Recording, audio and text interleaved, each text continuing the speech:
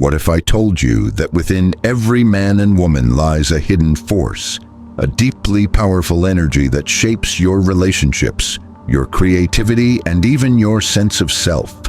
It's not something you can easily see, yet it's always there, influencing you in ways you can't always explain. This force is neither good nor bad. It's both masculine and feminine, an inner balance of opposites that holds the key to unlocking your true potential. Carl Jung, the father of analytical psychology, called this dynamic the Anima and Animus. These archetypes represent the inner feminine and masculine within each of us, often hidden in the shadows, waiting for us to bring them into the light. The moment we begin to understand and embrace them is the moment we embark on the journey of wholeness, a journey that leads us to deep self-awareness, richer relationships, and the kind of personal power that is authentic, not forced. So, what happens when we integrate these energies? How does recognizing the Anima and Animus change the way we see ourselves and the world? Let's dive deep into the psychology of human behavior and uncover the profound truths Jung shared about the inner forces that shape our lives. This isn't just theory. This is the path to becoming who you were always meant to be. Have you ever found yourself reacting in a way that feels completely out of character? Maybe you suddenly became overly emotional during a logical discussion, or felt an unexpected surge of confidence and assertiveness in a moment of vulnerability.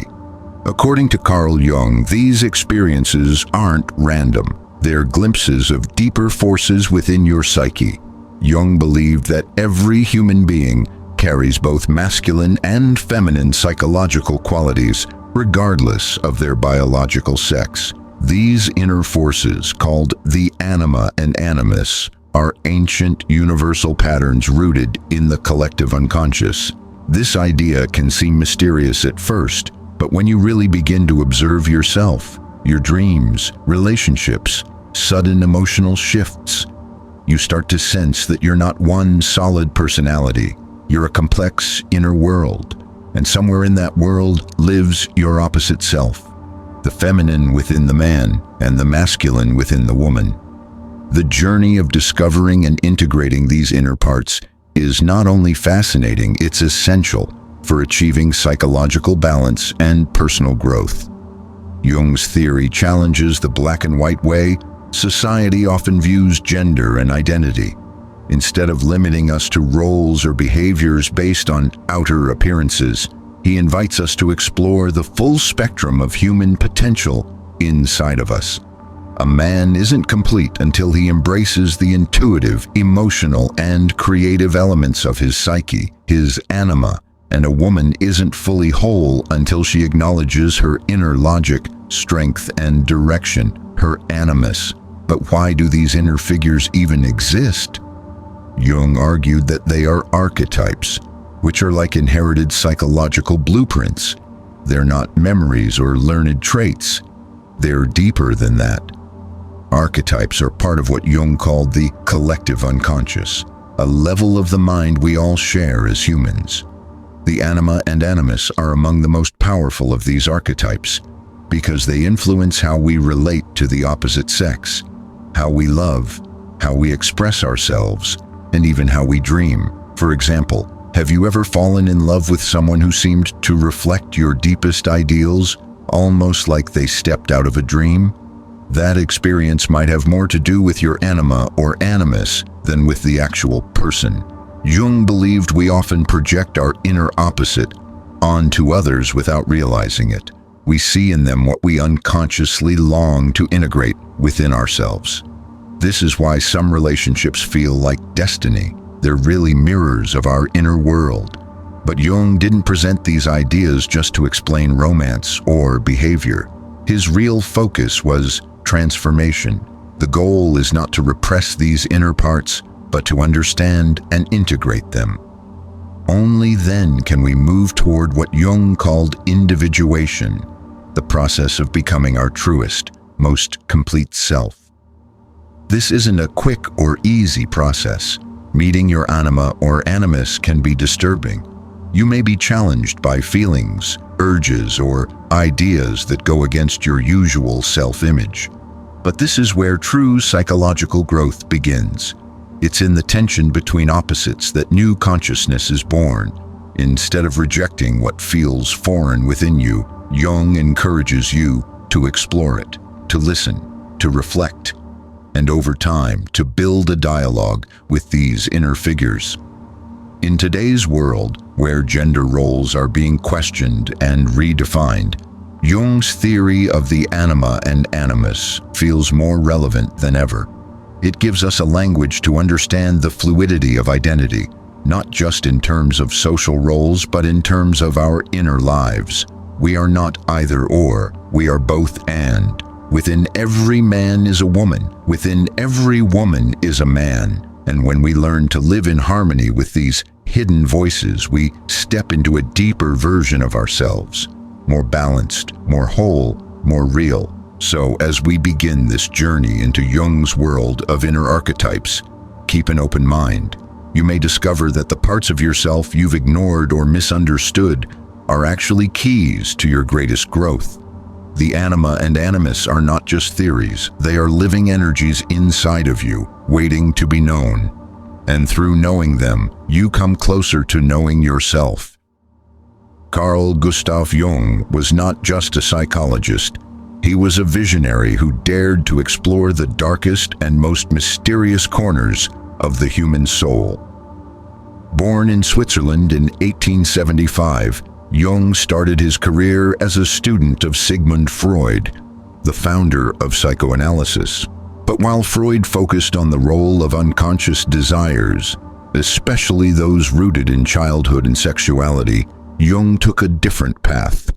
He believed the human psyche was far more expansive, spiritual and symbolic than Freud had imagined. Jung's break from Freud was not just academic, it was a deep philosophical divide. Freud saw the unconscious as a kind of storage space for repressed memories and taboo desires. Jung, on the other hand, saw it as a wellspring of wisdom. He proposed that beneath our personal unconscious, which contains forgotten or suppressed personal experiences, there is a deeper layer, the collective unconscious. This is a kind of psychic inheritance shared by all human beings, regardless of culture, race, or time period. The collective unconscious is populated by what Jung called archetypes, universal symbols and themes that show up across cultures in myths, dreams, religions, and stories. These include the hero, the shadow, the wise old man, the great mother, and of course the anima and animus. To Jung, these archetypes shape our behaviors, perceptions, and emotions from the inside out, often without us realizing it. He believed that understanding them is the key to self-awareness and healing. Jung wasn't interested in just fixing people's mental health. His goal was transformation, what he called individuation. Individuation is the lifelong process of integrating all parts of yourself, including those that are hidden, repressed, or misunderstood. It means becoming whole by acknowledging the good, the bad, the masculine, the feminine, the light, and the shadow within. Jung believed that without this inner work, we remain fragmented, trapped in cycles of confusion, projection, and emotional pain. But Jung didn't limit his insights to therapy rooms. He explored everything from dreams and symbols to alchemy, mythology, Eastern philosophy, and astrology. He traveled widely and studied different cultures in search of what he called the inner world. His work blended science, spirituality, and deep introspection. That's why many people describe him not just as a psychologist, but as a kind of modern-day mystic. Despite being a scientist, Jung never denied the soul. In fact, he believed that ignoring the soul was one of modern society's greatest problems. To him, many psychological issues stem from a loss of meaning, a disconnection from one's inner self. That's why he paid close attention to dreams, art, imagination, and religious experience. He saw them as bridges between the conscious mind and the deeper layers of the unconscious. One of Jung's most important contributions was his focus on inner opposites. He believed that every person is full of contradictions, logic and emotion, light and dark, strength and vulnerability. He said we cannot be fully human unless we face and integrate these opposites. This is where the Anima and Animus become especially important. They are the bridges between the masculine and feminine elements within us. If ignored, they can lead to inner imbalance, distorted relationships, and emotional confusion. If embraced, they can open the door to creativity, love, and spiritual awakening. Jung's ideas were not always accepted during his lifetime. Many in the scientific community dismissed him as too mystical or abstract. But over time, his influence has grown enormously. Today, Jungian psychology is studied and applied in fields as diverse as therapy, literature, cinema, religious studies, and even artificial intelligence. His insights continue to inspire artists, thinkers, and seekers around the world who are drawn to the idea that the path to healing is a path inward. To understand the Anima and Animus, we first need to understand the man who gave these ideas life. Jung was not trying to explain people with formulas. He was trying to guide them on a journey into themselves. He knew that real healing doesn't come from fixing symptoms, but from understanding the soul's language. And that language is often symbolic, emotional, and hidden beneath the surface of our everyday lives. Carl Jung gave us a roadmap for that journey. He showed us that the psyche is not a problem to be solved, but a mystery to be explored. And if we dare to explore it, we just might discover a truer, deeper version of ourselves. To fully grasp the Anima and Animus, we must first understand one of Carl Jung's most groundbreaking and mysterious ideas, the collective unconscious. Unlike the personal unconscious, which holds forgotten memories, traumas, and suppressed feelings from your individual life, the collective unconscious goes deeper. It's not personal, but universal. Jung described it as a hidden layer of the psyche shared by all human beings, regardless of culture, history, or geography. Think of the collective unconscious like a deep ocean that lies beneath the surface of your mind. While your personal thoughts and memories swim near the surface like small fish, the collective unconscious is the vast, dark sea underneath, holding ancient truths and symbolic patterns. Jung believed that this part of the mind is inherited, not learned. Just like your body carries the DNA of your ancestors, your psyche carries psychological patterns passed down through generations.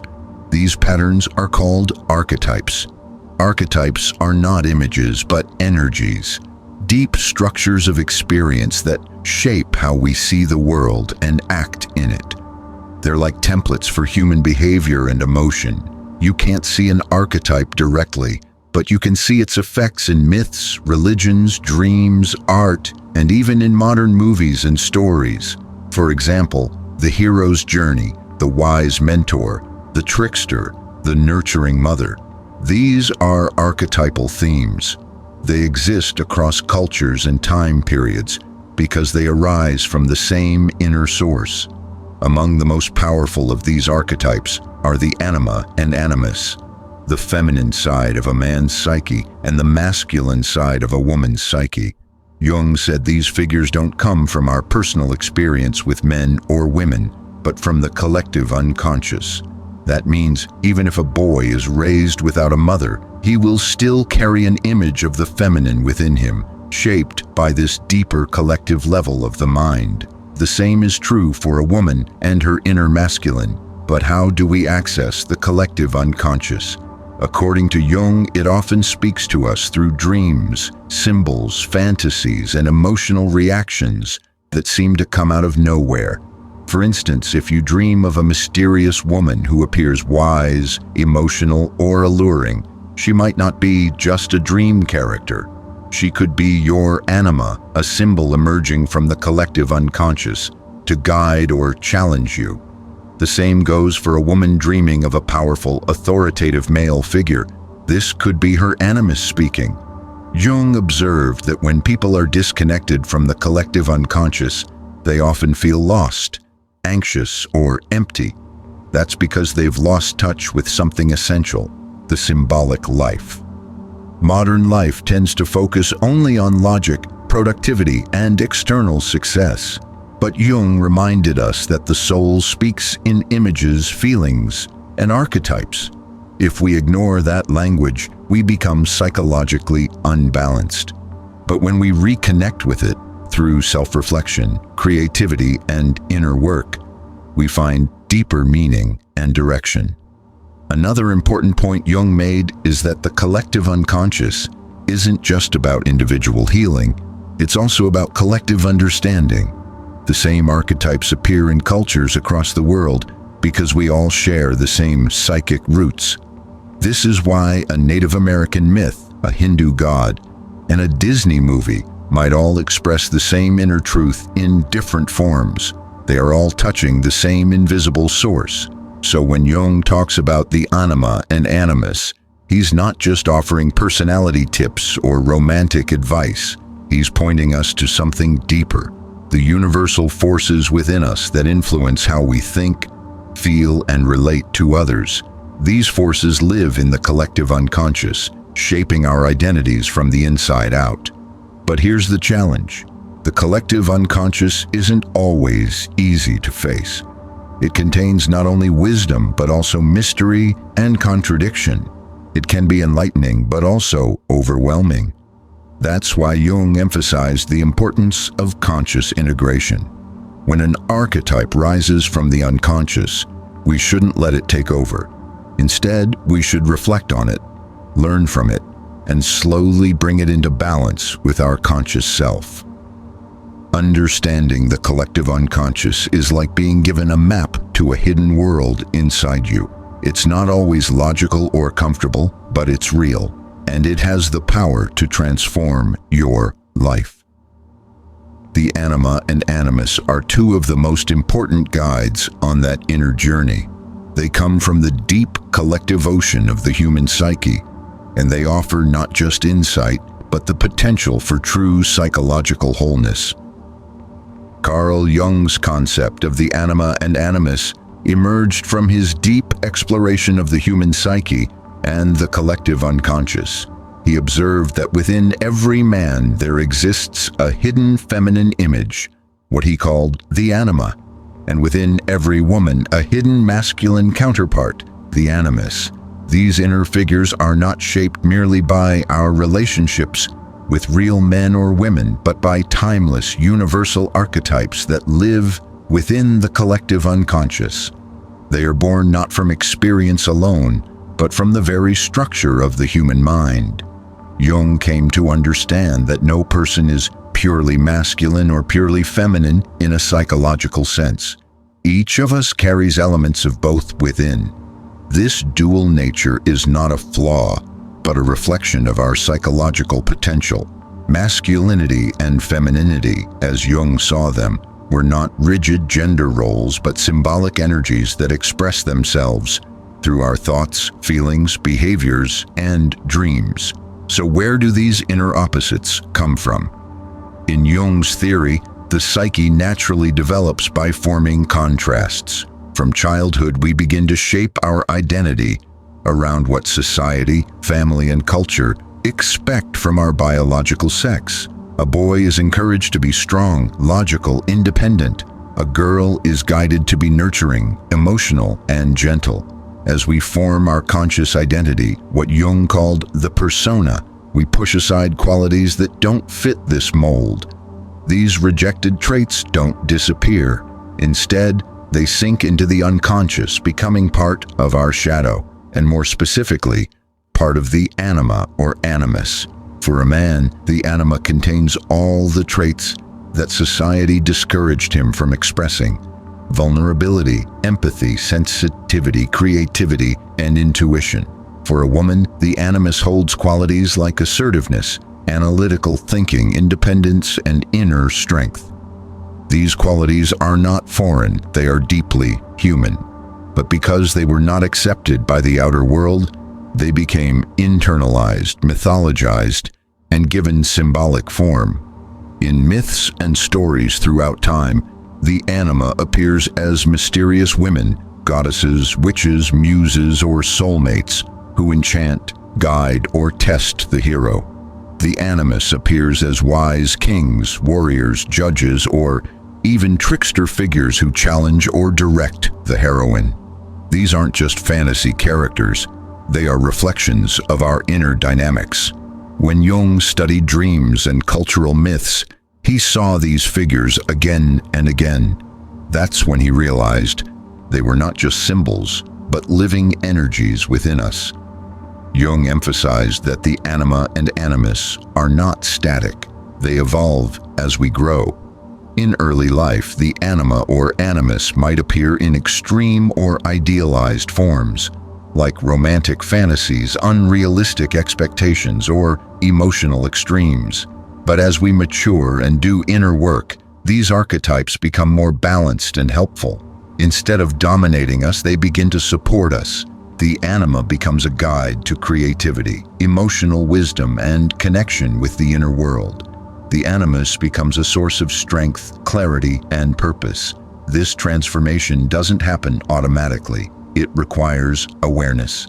Jung encouraged people to engage with these inner figures consciously through dream work, reflection, imagination, and art. He even developed a technique called active imagination, where people would enter a kind of meditative state and speak directly to these inner personalities, asking questions and listening to what emerged.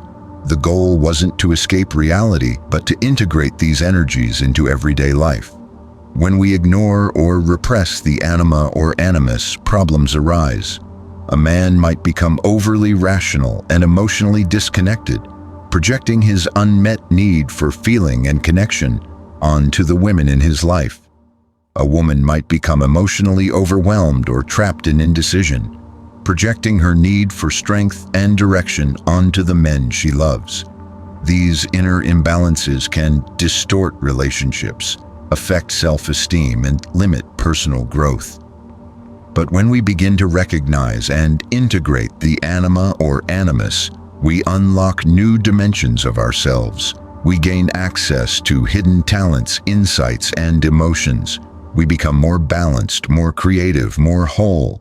The birth of the anima and animus is not just a psychological theory, it's the beginning of an inner journey.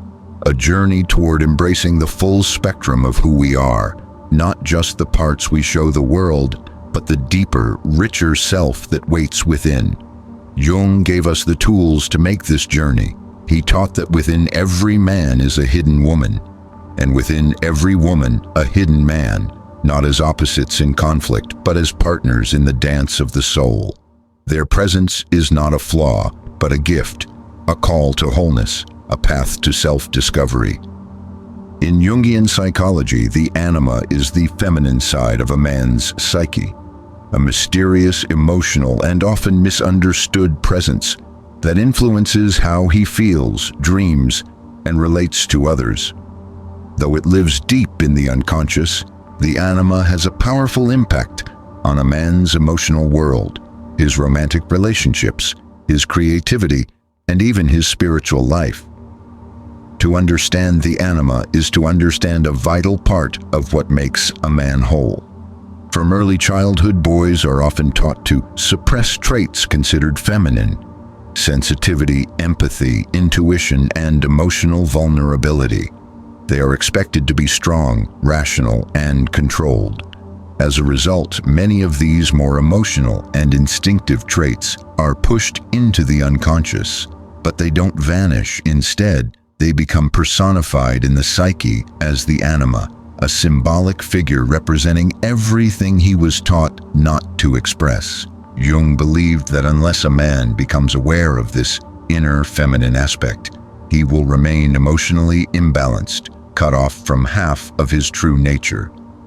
So how does the anima show up in real life? Often she appears in dreams as a woman, sometimes seductive, sometimes nurturing, sometimes terrifying. She might be a goddess, a lover, a child, or a mysterious stranger. These dream figures aren't random. They are symbols of how a man relates to his emotions, instincts, and soul. If he avoids or rejects his feelings in daily life, the anima may show up in dreams as chaotic or overpowering. If he starts to listen and reflect, she can become a wise guide.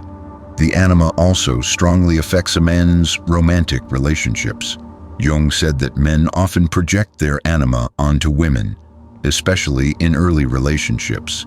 This means they don't see the real woman in front of them, but a powerful emotional image shaped by their own unconscious. This is why some relationships begin with intense attraction or idealization, love at first sight, but often the person doesn't live up to that projection. When this happens, the man might become disillusioned, angry, or distant, blaming the woman for not being what he imagined. In reality, he is struggling with his own inner world. Jung didn't say this to blame anyone, but to help us understand the dynamics at play. He believed that by recognizing this projection, a man can begin to take back those emotional qualities and develop them in himself. This is how the anima transforms, from a chaotic emotional force into a creative and intuitive guide. A man who accepts and integrates his anima becomes more emotionally intelligent, more capable of deep relationships, and more connected to his inner life. Jung outlined 4 stages in the development of the anima. In the first stage, she appears as a seductive figure like Eve. She is physical and alluring but shallow. In the second stage, she takes on the role of mother or nurturer, symbolizing comfort and care. In the third, she becomes more spiritual and wise, like a guide or priestess. Finally, in the fourth stage, the anima becomes a bridge to the self, the center of the psyche. At this level, she no longer controls the man, but helps him integrate all parts of himself and connect with deeper meaning. This inner journey is not easy. A man may have to confront emotions he has buried for years. Grief, fear, loneliness, even joy. He may feel lost or overwhelmed at times. But by developing a relationship with the anima through dreams, creativity, and introspection, he can find a powerful inner compass.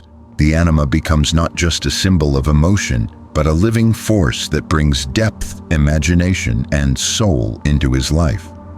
Modern men, like all human beings, need a connection with their inner world. In a society that often praises logic and achievement, the anima reminds them to slow down, feel, reflect, and dream. She is not weakness, but wisdom, not passivity, but power of a different kind, the power of emotion, vision, and connection. When a man listens to his anima, he becomes more whole. He doesn't lose his strength, he enhances it with sensitivity. He doesn't become less masculine, he becomes more human. The anima is not a threat to manhood. She is its missing half, and when embraced, she leads him toward inner harmony, richer relationships, and a deeper understanding of life.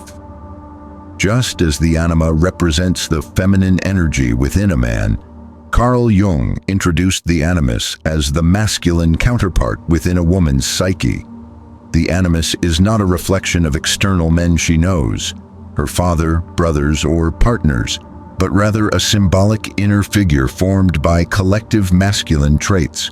Logic, strength, assertiveness, reason, authority. These qualities live deep in a woman's unconscious, often influencing her thoughts, beliefs, relationships, and even the way she speaks to herself.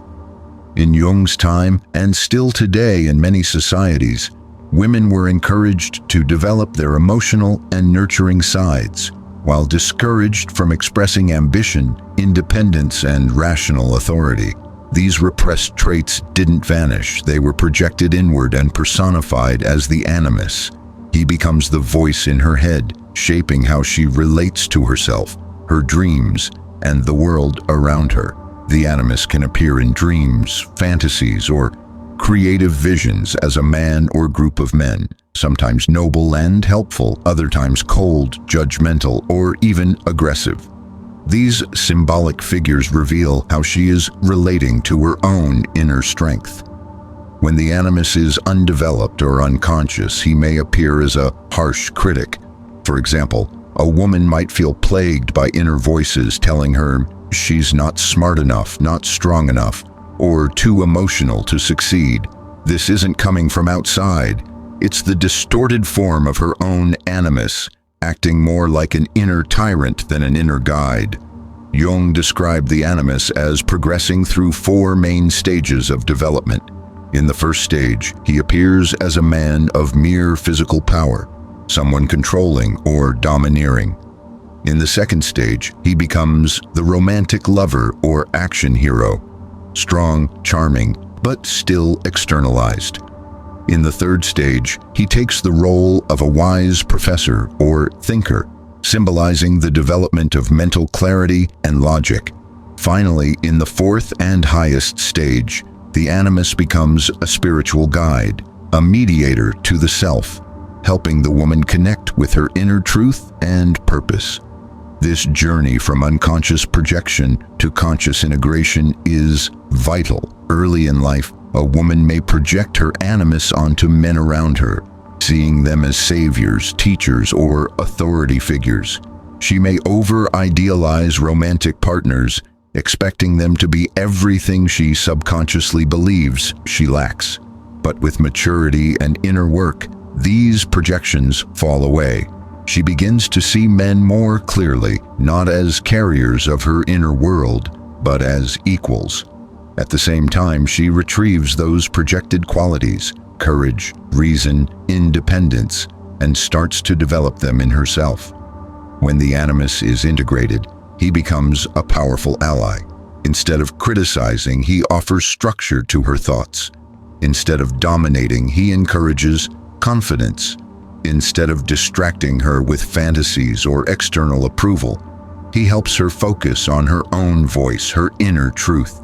She learns to make decisions from inner strength, not external validation. Her thinking becomes more focused, and her creativity becomes grounded in purpose. One of the most common places the animus appears is in a woman's inner dialogue.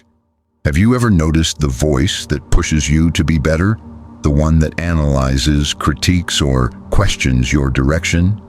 When this voice is out of balance, it can be destructive, harsh, doubting, or controlling. But when the animus is integrated, this voice becomes supportive, wise, and empowering. It becomes a source of inner guidance.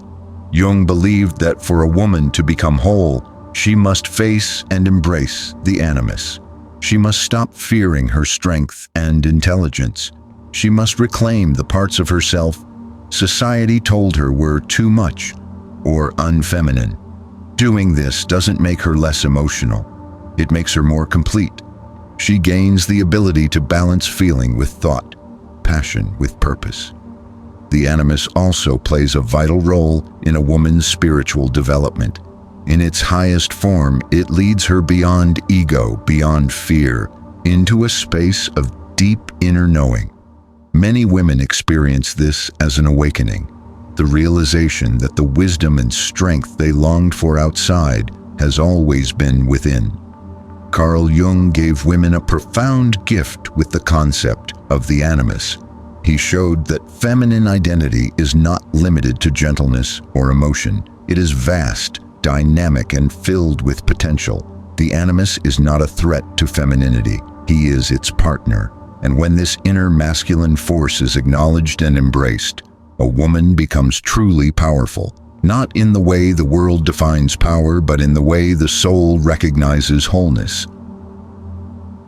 Carl Jung believed that the ultimate goal of psychological development is individuation, a process of becoming whole by integrating all parts of the self, including those hidden in the unconscious. At the heart of this journey lies the Anima and Animus. These inner opposites are not meant to be denied or projected onto others. They are meant to be recognized, understood, and consciously integrated. Only then can a person live with true inner balance and authenticity. Integration doesn't happen overnight. It begins with awareness. For a man, this means noticing how his emotions, intuitions, and relational needs have been suppressed or projected onto women. For a woman, it means identifying how her inner strength, assertiveness, and rational thinking may have been hidden or externalized onto men. Once this recognition happens, the individual can begin the slow, deliberate work of reclaiming these qualities as their own. This process often starts through emotional challenges or relational struggles. A man may find himself repeatedly falling for emotionally unavailable women, only to realize he's chasing an inner image of his anima, rather than forming real connections. A woman may feel blocked by self-doubt or haunted by critical inner voices, only to discover the animus acting out in its unconscious form. These painful experiences are not failures, they are opportunities. They are signs that the unconscious is asking to be heard. Jung emphasized that the key to integration is inner dialogue. He developed the method of active imagination to facilitate this. In this practice, a person enters a meditative or imaginative state and allows the anima or animus to appear in symbolic form. They might hold a conversation with a figure in a dream, draw them, write their voice, or simply listen. Through this dialogue, unconscious material becomes conscious. These inner figures begin to soften. They become less overpowering and more cooperative, offering insight, creativity, and emotional support. Dreams play a major role in integration. Anima or animus figures often appear in symbolic stories at night, testing, guiding, or warning the dreamer. These dreams can be confusing or profound, but with reflection, they reveal the inner landscape. Over time, as these figures evolve, so does the dreamer. They begin to embody the qualities they once sought outside: the emotional depth of the anima, the intellectual clarity of the animus. In daily life, integration shows itself in subtle but powerful ways. A man who once feared emotion learns to express it with confidence. He becomes more creative, more relational, more open to beauty and vulnerability. A woman who once silenced her voice begins to speak her truth, take initiative, and trust her inner wisdom. She stops seeking approval and starts living with inner authority. In both cases, the person becomes more than they were, because they are no longer half of themselves.